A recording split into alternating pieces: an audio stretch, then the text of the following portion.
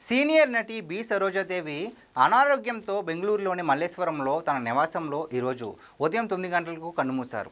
ఆమె కన్నడ, తమిళ, తెలుగు, హిందీ భాషల్లో 200కు పైగా చిత్రాలు నటించి దక్షిణ భారత సినీ పరిశ్రమలో ప్రముఖ స్థానం సంపాదించారు.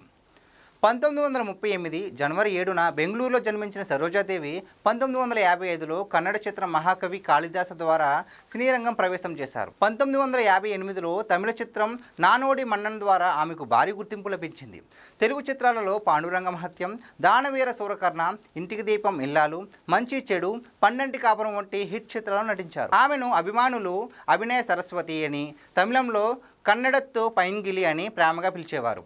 ఆమె 1969లో పద్మశ్రీ, 1992లో పద్మభూషణ్ పురస్కారాలు అందుకున్నారు. 1955 నుంచి 1984 మధ్య 29 ఏళ్లుగా వరుసగా 161 సినిమాలో లీడ్ రోల్స్లో నటించిన ఏకైక నటిగా రికార్డు సృష్టించారు. సరోజాదేవి భర్త ఇంజనీర్ హనుమంతరాయప్పతో 1967లో వివాహం చేసుకున్నారు.